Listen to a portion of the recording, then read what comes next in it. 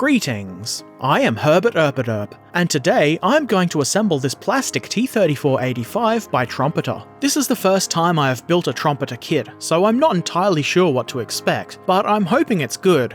I guess that's kind of stating the obvious, isn't it? This is a 1/72nd scale model, which is a scale I've not built in yet, but it's pretty close to 1/76th scale, so it's probably fairly similar. I'm sure that's just given at least one person a heart attack. I believe 1/72nd scale is 20mm scale, though I might be wrong there. It has been known to happen.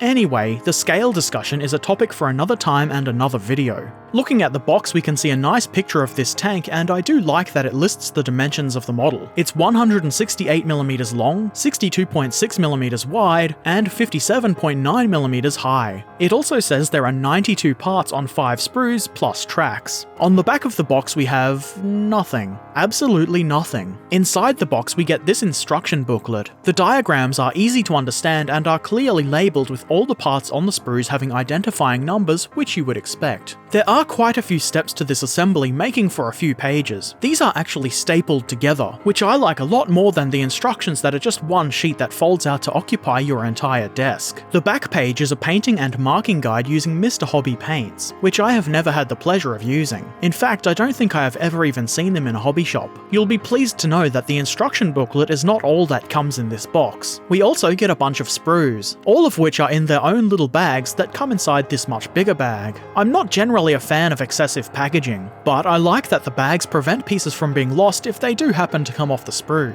Let's have a closer look at those sprues. First, the lower hull, which I guess isn't really on a sprue at all, but it is a part, and it's pretty neatly moulded with some good detail, including various hatches and things on the bottom of the tank. Also, we can see there's a label on the inside of this piece showing that this is a 1/72nd scale T-34 hull by Trumpeter, made in China in 2005. That does sound old, but when you think that some companies like Airfix are still selling models made with tooling from the 60s and 70s, 11 years doesn't seem too bad at all. Most of the turret comes on its own sprue. It looks pretty neat and tidy. There are some little bits of flash, but nothing outrageous. You can see there are casting and weld marks moulded into the parts. They do look a little bit messy, but that's par for the course for Russian tanks. As you can see, this next sprue contains the upper hull, which is pretty neatly moulded and detailed well enough. There is a little bit of flash around the mudguards, but it should only take a few seconds to clean up. You can see there's also the gun mantlet, external fuel tanks, and other odds and ends. All reasonably good looking and free from errors or any major issues. Then we have this sprue here containing things like drive and idler wheels, front and rear hull parts, exhausts, and various other tank bits. It looks like some parts have been removed from this sprue, and I'm kind of curious as to what they were. Probably just parts for another kit for something based on the T-34 hull, kind of like a cost-cutting measure instead of having an entirely new sprue made. The sprue diagram in the instructions shows this space is empty, so I'm not really worried anything is actually missing. I just wanted more stuff for my bits box. The parts on this sprue are also nice and neat, though of course will still need some cleanup. That's par for the course really, and I have definitely encountered worse.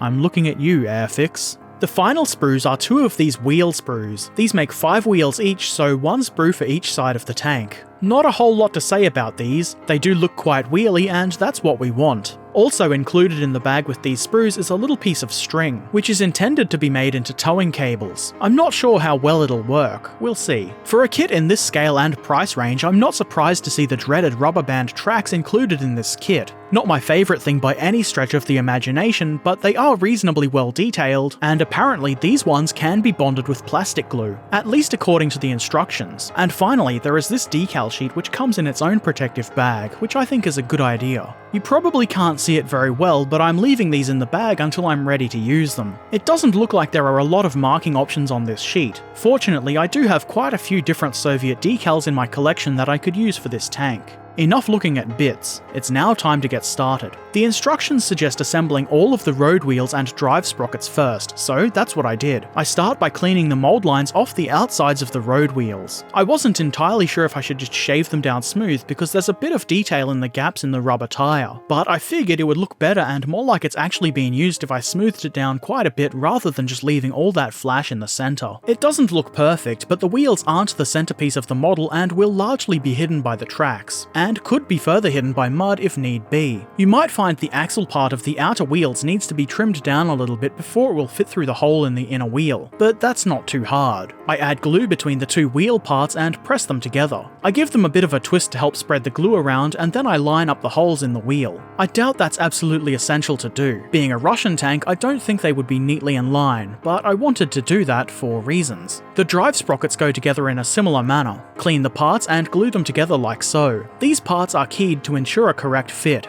The result is this pile of wheels. Not shown are the idler wheels. The next step is to attach all of these wheels to the hull. But first, I decided to attach the lower rear hull plate and final drive cover part to the lower hull piece. The part did need some cleanup, but after that it goes on very easily. Next, I add glue to the axle parts on the suspension arms along one side of the tank, and then quickly slot the wheels on. I like to give them a bit of a twist so the glue spreads around a little bit. They're not perfectly straight, but hey, is Russian tank is no problem.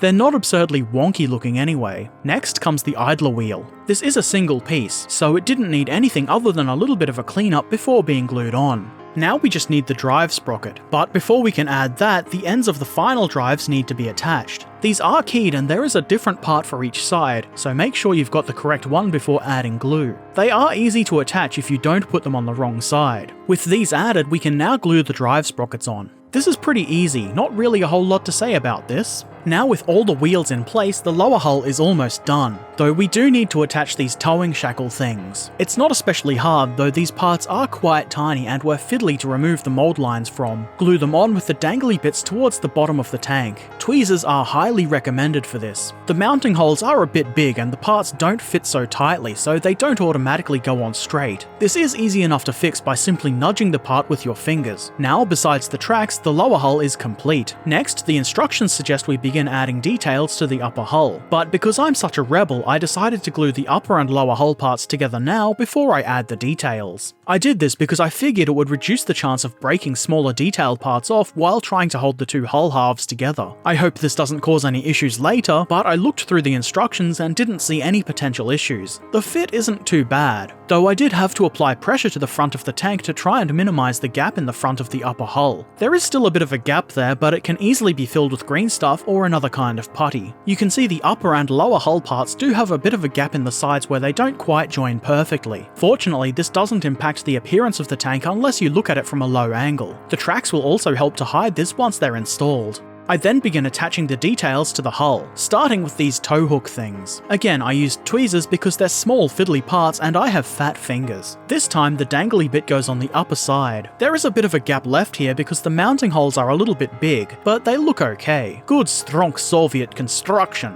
Gaps for ventilation, help crew breathe, make for good fighting of fascists. I was going to read that in a Russian accent, but I'm crap. Next comes the driver's hatch. This part does have some detail on the inside, so you could potentially model it open, but the hinge part is fixed in place, and it looks like it would be a massive pain in the dick to modify it to an open state. I glue it in place as is. It does have guide pins, but it can still be mounted at a bit of an angle, so make sure it's glued on nice and straight. The mounting holes are again a little too big and are partially visible peeking out from under the part. It's not really visible unless you're looking closely from the top down, but it's still a bit annoying. It could easily be filled with green stuff, or it might go unnoticed. Or we could blame good strong Soviet construction again. The next part to go on is this shackle thing. That's what it looks like to me anyway. I probably should have used tweezers for this, but fingers worked too. Then comes the headlamp. Because I'm a numpty, I actually cut the headlamp off its stand when I tried to remove it from the sprue. I glued it back together while it was still on the sprue, and after that it was easy enough to put onto the tank, though it did take a little bit of fiddling to get it to sit straight. Then I attached this thing, which I think is a horn. It looks like one anyway. I did actually try using tweezers with this, but had trouble getting the part off without it falling. I'm not really sure why the horn faces backwards if it is indeed a horn, but that's how the instructions say to do it, so I did. Now for a part I do know. This here saw goes on the left side of the hull above the two angled rectangles. Other than those two angled rectangles, there isn't anything to help guide the positioning of this part, but I think I've placed it fairly correctly. carefully. I used my knife to gently nudge it where I wanted it to go. For some reason, the instructions say to now add the toolbox to the right rear of the tank, instead of the one at the left front where I've just attached all these parts, so I did that. This part is easy to install using the guide pins. The 3 hinge details should face in towards the tank's hull like so. I then added the front toolbox. This part is longer than the rear one, but attaching the part is exactly the same. Again, the 3 hinges should face in towards the hull. At this point, I noticed the guide pins for the toolboxes and shackles protrude down beyond the side walkway skirt thingies, whatever that part of the side of the hull is called. While it isn't overly intrusive, it doesn't look great. I took my knife and carefully sliced the ends off the pins so they would be flush with the hull, and it looks much better. Of course, the same thing happened on the other side of the tank too, and it can be fixed in the same way. I then return my attentions to the front of the tank where I glue the spare track links into place. There is no guide for this, but that's okay. Just place it in between the 2 toe point things and make sure it's reasonably straight. In hindsight, I could have mounted this just a little bit lower and it would have helped to hide the join line in the hull. Oh well, I think it still looks fine. Next, the hull machine gun can be glued into its mounting hole. This was a little bit tricky to attach and get nice and straight, but I got there eventually. The gun is facing down, which I suppose is fine, but it would be nice if it could be positioned aiming in different directions. That is a tiny complaint, and I think it looks pretty good as it is. Then I add the radiator grille part of the engine deck. This is quite easy to glue into place correctly. I then added the upper rear plate. This is also very easy to attach, though it needed a fair bit of cleanup first. Always test fit before gluing. The result is a little bit gappy and imperfect looking, but that's the Russian way. I'm sure a lot of you have seen pictures and videos demonstrating the huge gaps in the armor in some Russian tanks.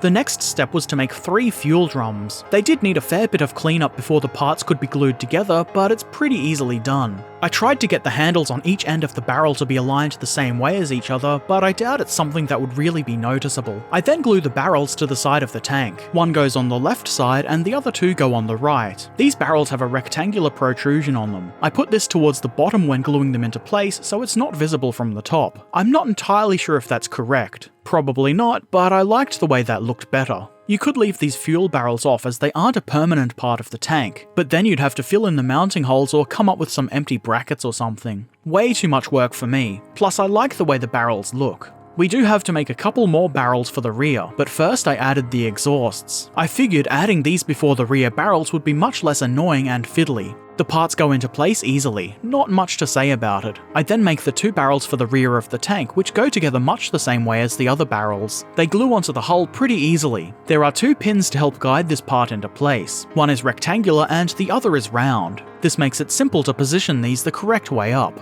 Next come these hand railing things. These are tiny and you need to be really careful with them both while cleaning them up and gluing them to the hull. Even with tweezers, this was really fiddly and quite frustrating. The mounting holes for these aren't very deep, so they can very easily slip out of position when you're trying to glue them into place. I spent a good amount of time fiddling with these and trying not to make a mess with the glue. I did eventually get them all in place though, except the rearmost on the right side of the hull because the fuel drum was in the way. I kind of regret even trying to put these on in the first place. They look okay, but I did make a little bit of a mess of them. The instructions say to add a series of spare track links to the side of the hull here, but to be honest, I didn't think those parts looked all that great, so I didn't want to use them. Instead, I added this single track link because the part looked nicer and it didn't seem to be used elsewhere in the kit. Before I try attaching the tracks, there is one detail I could add. That is the tow ropes. You're meant to use this supplied string and glue some plastic loops to the ends, but I don't much care for this string. I think it has too many loose hairs sticking out of it and it looks kind of bad, so I don't think it's going to work too well as a cable. I do like the idea though, and I wish they had included a better string. This kind of thing probably works much better at larger scales. I guess one way to fix it would be to soak the string in something like diluted PVA glue, but I don't really feel like making that effort. I'll just imagine that my tank crew is a little bit careless and either lost or broke their towing cables. This will probably get them sent to the gulag.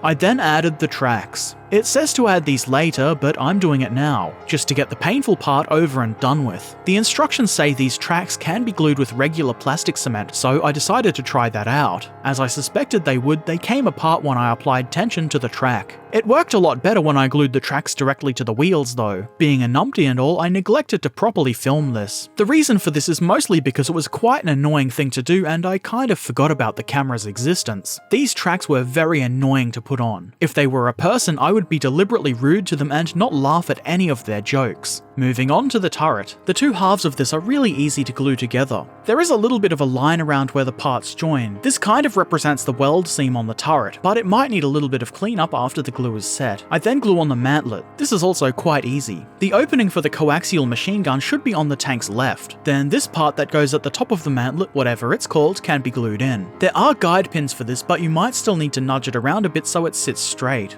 Next, instead of adding the gun, I glue in the commander's hatch. This part is keyed so you can be sure you're putting it on the correct way. There's a join line here which I think looks a little bit odd. I think the slightly raised parts are meant to represent vision slots, but it doesn't quite look right to me. To finish the turret, I glue the gun into place. I really like that this gun has the end already bored out. This is really easy to attach. Just make sure the gun is mounted straight and it's all good. No need to worry about muzzle brakes being straight or anything like that. The tracks left me feeling pretty salty about this model, so I wasn't entirely sure if I should risk further shitting up the model by trying to make the tracks sit a little bit more realistically. I did this by applying glue to the top of the wheels, and then using toothpicks as spacers to hold the track down on top of the road wheels. I was a little bit worried this would cause the tracks to come undone, but it didn't. Not yet, anyway. To complete the model, I attached the turret with its simple locking mechanism, and this T-34-85 is finished.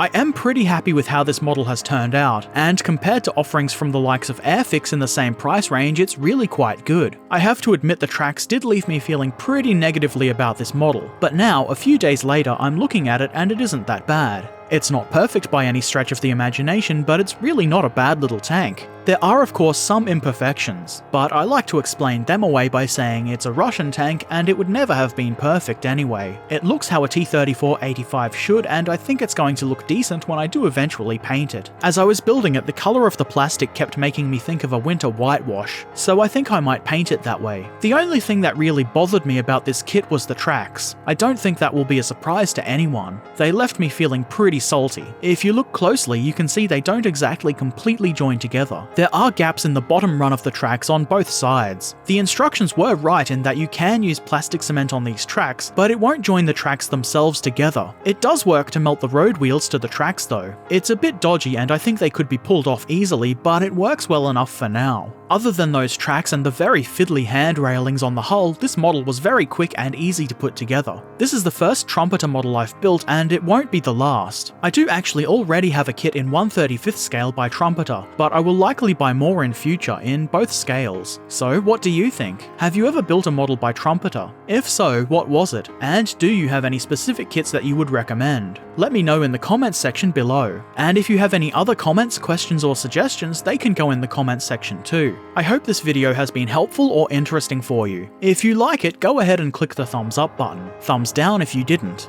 If you want to be helpful, you can share this video with all your friends and anyone you think might find it useful or interesting. And of course, don't forget to subscribe if you haven't already. If you really like the videos I make, please consider helping to support the channel via Patreon. You can do this over at patreon.com/Erpaderp, and you can get there by clicking the link on screen now, or in the video description. Or you could do it the hard way by typing in patreon.com/Herberterp. Patrons get to see my videos a couple of days early and also receive a quick shout out in Ask a Herbert Erpaderp, so go and check it out. I'll be back again soon, so until then, happy modelling and thanks for watching. Farewell.